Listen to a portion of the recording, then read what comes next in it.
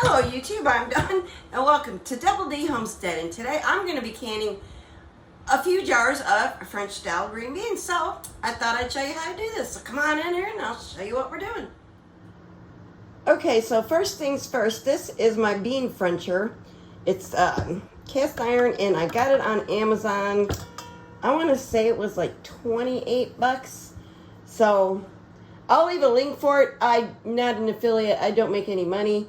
But I will leave you a link to this if you're interested in getting one. You just put your beans in here and crank the handle and don't throw it across the counter. Okay, this attaches to like a counter. I've got it on a cutting board because it's only like an inch. It doesn't give you, like, my counter's 2 inches. So I've got it on a cutting board and I'm just holding it on there. And the opening goes on the top. And I take a couple, 3 beans at a time and just put them in there and start cranking, and it's gonna roll out some cut green beans for French style green beans, just like so. And this is how they come out. The small green bean cuts like you would get in your French cut green beans at the store that are canned.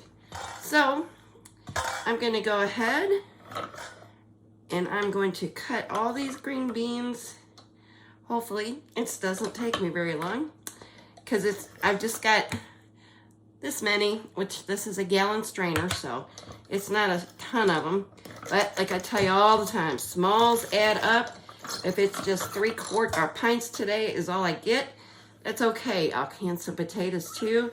And I am canning potatoes in these because we like beans and potatoes together. So I'm just gonna keep going till I got all my beans Frenched, and we'll be back.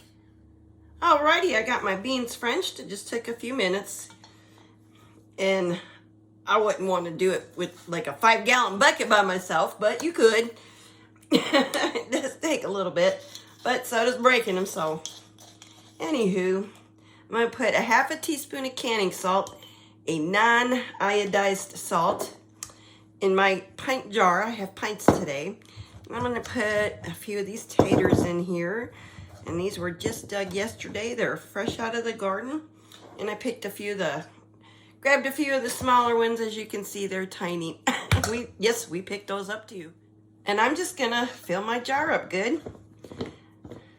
I'm gonna get it as full as I can. And I'm gonna pack it in there pretty good because I want a full jar of beans when I go to cook these. Just like so. I'm going to keep packing and filling, and I'm going to do 1-inch headspace on these, just like you would anything else you're canning like this. These will be pressure canned because they're a low acid food. And there we go, that's full. And I'm going to top it off with water to the rim right there. That's 1 inch. Just like so. And then I am going to burp it. I have a non-metal spatula here, and I'm just gonna go around and try and get air bubbles out, like so. And it don't seem like there's a whole lot of them in there, which is good. And then I'm gonna check my headspace again, and it's still good. Clean paper towel that's damp, I'm just gonna wipe it off, put a new lid and an ugly old ring on. I've had these rings for years, y'all. And put it on there just like so. Fingertip tight, don't wrench it. And there it is. And I'm gonna put the rest of these in jars and we'll be back.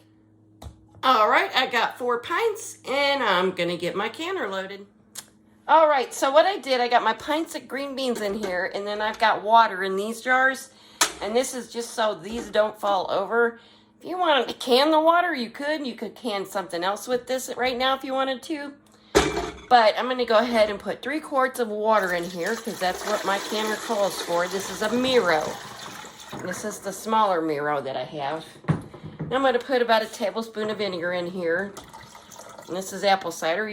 I usually use white, but this is real handy, so that's what I grabbed. And then I'm just gonna grab my lid here and lock it on. And get it in the right spot. Yeah, just like this. And any other time this goes right on unless I've got the camera on. Every time. Okay, and now I'm gonna lock it, just like that. And I'm gonna put my weight on, and for my altitude, I'm at 700 feet. I'm putting in 10 pounds of pressure, just like that. And I'm gonna put the heat on. Oops, wrong burner. Put the heat on, there we go.